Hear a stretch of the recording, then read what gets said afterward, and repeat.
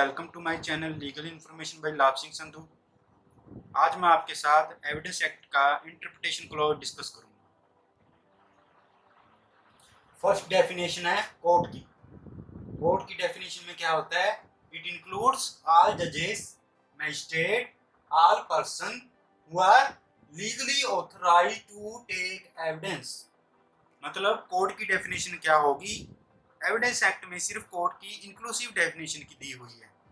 Court की definition में सभी जजेस, मैजिस्ट्रेट और and all persons who are legally authorised to take evidence include court. अब ऑल पर्सन में कौन कौन हो सकता है? ऑल पर्सन में any person who is directed by the court to take evidence. For example, local commissioner appointed by the court under order 26 of the CPC and section 290 onwards of the CrPC. जब भी कोई commissioner appoint होता है evidence को लेने के लिए, तो then he also fall within the definition of court. तो कौन कौन होंगे कोर्ट की डेफिनेशन में? जजेस, magistrate, all person who are legally authorised to take evidence. Next definition है फैक्ट की। फैक्ट मीन्स एनीथिंग और स्टेट ऑफ थिंग्स और रिलेशन ऑफ थिंग्स। मतलब कोई भी चीज या उसकी पोजीशन, किसी भी चीज की, कोई वस्तु की कोई भी पोजीशन या उसका किसी और थिंग से relation which can be perceived bye senses. Perceived bye senses meaning जो हम अपनी इंद्रियों से, आंखों से, नाक से, कान से जो चीज महसूस करते हैं, हाथों से महसूस करते हैं, वो फैक्ट है। I am giving this lecture, this is fact. You are watching my video, this is fact. I have uploaded this video on YouTube, this is fact. A man has certain reputation, this is fact. So fact may be anything. Now anything, state of thing, relation of thing which can be perceived by senses, जो हमारी senses महसूस कर सकती हैं, जैसे कि आंखें देख रही हैं, कान सुन रहे हैं, नाक से सूंघ रहे हैं, हाथों से टच कर रहे हैं, ये सब क्या है? ये फैक्ट है। अब किसी की मेंटल कंडीशन है, वो भी फैक्ट हो गई। जैसे कोई पर्सन अनसाउंड माइंड है या कोई पर्सन बहुत ही इंटेलिजेंट है, ये मेंटल कंडीशन है, ये भी फैक्ट है। या तो किसी पर्सन ने बहुत ज़्यादा ड्रिंक किया हुआ है या कोई पर्सन बहुत ज़्यादा मेंटल डिप्रेशन में है, ये सारे फैक्ट हैं। सो फैक्ट की डेफिनेशन क्या होगी? एनीथिंग और स्टेट ऑफ थिंग और relation of things which is capable of perceived by senses or mental condition. It is a fact. So fact may be anything. Next definition है जी relevant. What type of evidence will be relevant? कौन सी evidence relevant होगी या नहीं होगी? Any definition will be relevant which will be according to provision of this act. जो evidence इस act के accordingly relevant होगी वही एविडेंस में एडमिसिबल होगी और कोई नहीं। जैसे मैंने आपसे पिछले लेक्चर में भी डिस्कस किया था कि हस्बैंड और वाइफ की कम्युनिकेशन या एडवोकेट और क्लाइंट की कम्युनिकेशन कोर्ट में एडमिसिबल नहीं है। क्यों? क्योंकि वो इस एक्ट के अंडर रेलिवेंट नहीं है। वैसे वो रेलिवेंट हो सकती है but according to this act वो रेलिवेंट नहीं है, एविडेंस में एडमिसिबल नहीं है। सो एविडेंस वही रेलिवेंट होगी जो इस एक्ट में प्रोवाइड किया गया, उसके अलावा कोई एविडेंस रेलिवेंट नहीं होगी। जैसे section 5 to 55, section 5 to 55 relevant fact के बारे में बताया गया है। इस सेक्शन में जो भी प्रोविजन आएगी वो फैक्ट रेलिवेंट होंगे, उसके अलावा कोई भी और फैक्ट रेलिवेंट नहीं होगा। नेक्स्ट डेफिनेशन है जी fact in issue. It means any fact या कोई कनेक्टेड फैक्ट, एनी फैक्ट और in connection with other fact जिसकी एग्जिस्टेंस या नॉन एग्जिस्टेंस उसका कोई नेचर या एक्सटेंट, राइट, लायबिलिटी और disability which is asserted or denied in any suit or proceeding is fact in issue. In simple language, I say in one fact is pleaded by one party. Suppose you have filed a civil suit. Plaintiff have pleaded some fact. Some fact is alleged by plaintiff. That fact is denied by the defendant. Then what happen? Then it will be fact in issue. For example, A claim ownership on the property B. C also claim ownership on the property B. A filed suit before the civil court. C also filed his written statement. He denied the claim of A. Now what will be the fact in issue? Fact in issue will be who is the owner of property, whether A or whether C is the owner of property. So see, in simple language, I say fact in issue means fact alleged by one party and denied by other party is fact in issue. आपने देखा होगा civil suit में order 14 rule 1 of CPC में, order 14 rule 1 CPC में issue frame की जाती हैं court में. इश्यू किस चीज के फ्रेम किए जाते हैं? फैक्ट इन इश्यू के. और फैक्ट कौन से इश्यू होंगे? मटेरियल फैक्ट और रेलेवेंट फैक्ट. इसके अलावा कोई फैक्ट इन इश्यू नहीं होंगे. जो मटेरियल फैक्ट होंगे या मटेरियल फैक्ट से कनेक्टेड रेलेवेंट फैक्ट, वही फैक्ट इन इश्यू होंगे. और क्रिमिनल केस में क्या होगा? क्रिमिनल केस का एग्जांपल है, suppose A has murdered B. What will be fact in issue? Whether A has murdered B, whether A has intended to cause death of B, whether A has caused death of B by way of sudden, grave and provocation, whether A has caused death of B due to unsoundness of mind,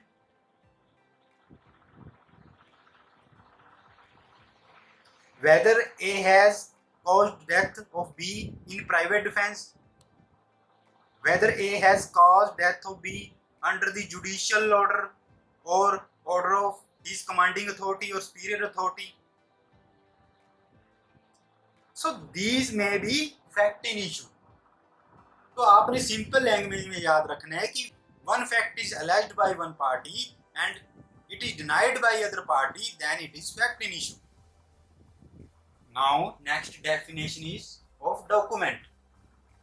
Document means any matter, कोई भी matter हो, which is expressed or described upon any substance by letter, figures or marks or by more than one means. Document का simple meaning है भी एक ऐसी thing जिस पर लेटर, फिगर और मार्क्स या इनमें से एक से ज़्यादा मीन से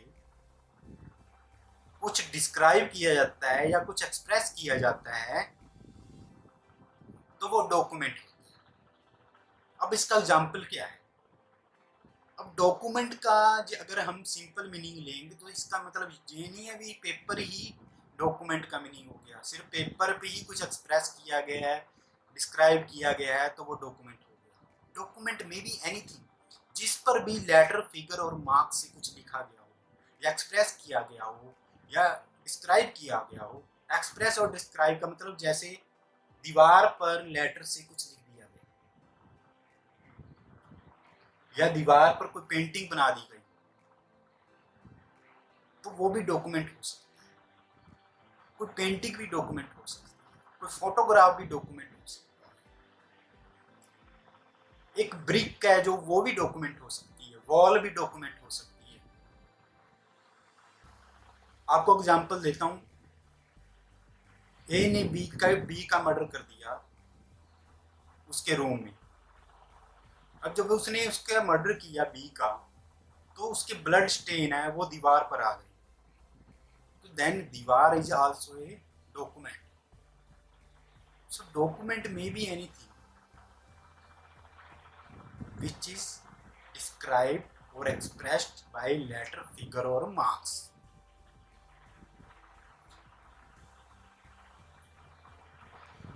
नेक्स्ट डेफिनेशन है प्रूव्ड, डिस्प्रूव्ड और नॉट प्रूव्ड। कोई भी फैक्ट जिसको कोर्ट बिलीव करे कि वो एग्जिस्ट करता है तो उसे प्रूव्ड कहते हैं। या कोई प्रूडेंट मैन, कोई सियाना आदमी जिसको माने कि ये फैक्ट है, वो बिलीव करे कि ये चीज़ हो सकती है और ये चीज़ है, तो उसे प्रूव्ड कहते हैं। Proved meanings when court believe that any fact exist और prudent man believe that any fact exists, then it means it is proved. अब disproved का क्या मीनिंग होगा? When court believe that any fact not exist or prudent man believe that any fact not exist. मतलब simple सी बात है भी, अगर court मान ले कि कोई फैक्ट एग्जिस्ट कर रहा है, कोई फैक्ट है, या कोई प्रूडेंट मैन जो मतलब कोई भी सिंपल आम आदमी जिसके पास सिंपल इंटेलिजेंस हो, वो माने कि कोई फैक्ट एग्जिस्ट कर रहा है या नहीं एग्जिस्ट कर रहा। अगर एग्जिस्ट कर रहा होगा तो उसे प्रूव्ड कहेंगे, और वो कहेगा भी नहीं एग्जिस्ट कर रहा तो उसे डिसप्रूव कहेंगे। अगली डेफिनेशन है not proved, which is neither proved nor disproved. जिस चीज को ना ही प्रूव किया गया, जिस चीज को ना ही प्रूव किया गया, ना ही डिसप्रूव किया गया, तो वो क्या हो गया? Neither proved. For example, A ने सूट फाइल किया कोर्ट में regarding his ownership of property B. उसने कोर्ट में अपनी ओनरशिप के रिगार्डिंग रजिस्ट्रेशन डीड पेश कर दी, उसके रिगार्डिंग जमाबंदी पेश कर दी, बिजली का बिल पेश कर दिया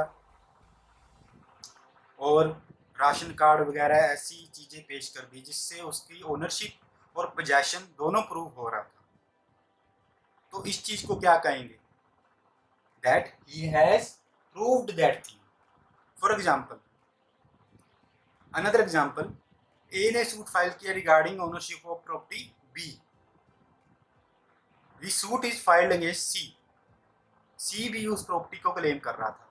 अब ए ने सूट फाइल किया तो उसने अपने सारे डॉक्यूमेंट प्रोड्यूस कर दिए, बट सी ने क्या किया? सी ने उस सारे डॉक्यूमेंट जैसे कि sale deed, voter ration card और ये उसके जो भी डॉक्यूमेंट थे उसको फॉर्ज प्रूव कर दिया। तब क्या होगा? जब उसने सी ने सारे डॉक्यूमेंट फॉर्ज प्रूव कर दिए, तब that fact will be disproved. Third thing है विच इज नीदर प्रूव और नॉट डिसप्रूव।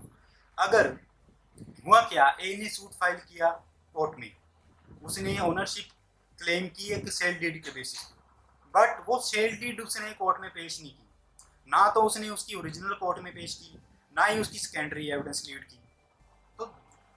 तो हुआ क्या? This fact is not proved by A, तो इट मीन्स नीदर प्रूव्ड और डिसप्रूव्ड। नेक्स्ट डेफिनेशन है जी एविडेंस की। हम इंडियन एविडेंस एक्ट की बात कर रहे हैं, तो एविडेंस का मीनिंग हमें पता होना चाहिए, कौन कौन सी चीज़ एविडेंस हो सकती है।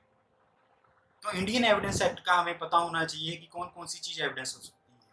Two types of evidence, first is ocular evidence या oral evidence, second is documentary evidence. जो भी एविडेंस कोई बोल के कहेगा, कोर्ट में कहेगा, वो ओरल एविडेंस होती है। And documentary evidence is when evidence is produced by document. इसमें इलेक्ट्रॉनिक रिकॉर्ड भी इंक्लूड है। जैसे कि ये एविडेंस क्या होगी? All statement by witnesses which is relation to fact in issue और रेलिवेंट फैक्ट और इंक्वायरी। और सेकेंड है all document including electronic record which is related to fact in issue, relevant fact और इंक्वायरी और investigation. वो क्या होंगी? Evidence होगी। दो तरह की एविडेंस है, one is oral, second is documentary. Now question is when a person is dumb and he give evidence in writing, whether it fall within the definition of ocular evidence या documentary evidence. किसमें fall करेगा? That definition will be fall within the definition of oral evidence, though it was recorded by him in writing. Now question arises whether examination of witnesses by video conferencing is evidence or not. In State of Maharashtra versus Dr. Praful B. Desai 2003 Supreme Court. In that case, Honorable Supreme Court held that examination of witnesses by video conferencing is also evidence. मतलब जो भी evidence video conferencing video conferencing के through होगी, जो भी witness video conferencing के through examine किए जाएंगे वो एविडेंस में आएंगे. That is valid evidence. Next question था ये, whether tape recorded version of cassette is evidence और नॉट. ये क्वेश्चन अराइज हुआ Ram Singh versus colonel Ram Singh case में, 1986 सुप्रीम कोर्ट का केस है. इस केस में सुप्रीम कोर्ट ने हेल्ड किया कि tape recorded version of cassette is evidence, but इसकी कंडीशन है. कंडीशन क्या है? Voice of speaker must be identified. Second, if voice of speaker is not identified then strict proof regarding voice of speaker must be given. Third, accuracy of voice sample must be maintained. Next, there should not be any tampering to tape recorded cassette. Supreme Court ने आगे कहा कि that cassette must be kept in safe custody after sealing the evidence. Next, Supreme Court ने कहा कि that evidence must be reliable and it should be free from background noise. Next है ये case Puriya versus state of Rajasthan 2013 supreme court. इस case में sterling witness का court ने meaning दिया. Who is the sterling witness? Sterling witness is the one who is the reliable and trustworthy. Court ने कहा कि स्टर्लिंग विटनेस वही है जिसकी एविडेंस विश्वसनीय है, जिसकी एविडेंस मानने योग्य है, जिसकी एविडेंस रिलायबल है और ट्रूथफुल है. नेक्स्ट है स्टेट ऑफ राजस्थान वर्सेस कल्की 1981 सुप्रीम कोर्ट. इसमें कोर्ट ने रिलेटेड विटनेस और इंटरेस्टेड विटनेस के बारे में डिस्कस किया. कोर्ट ने कहा कि merely a witness is related to deceased और victim, it does not mean that he is the interested witness. Court ने कहा कि interested witness is the person who drive any benefit from the evidence.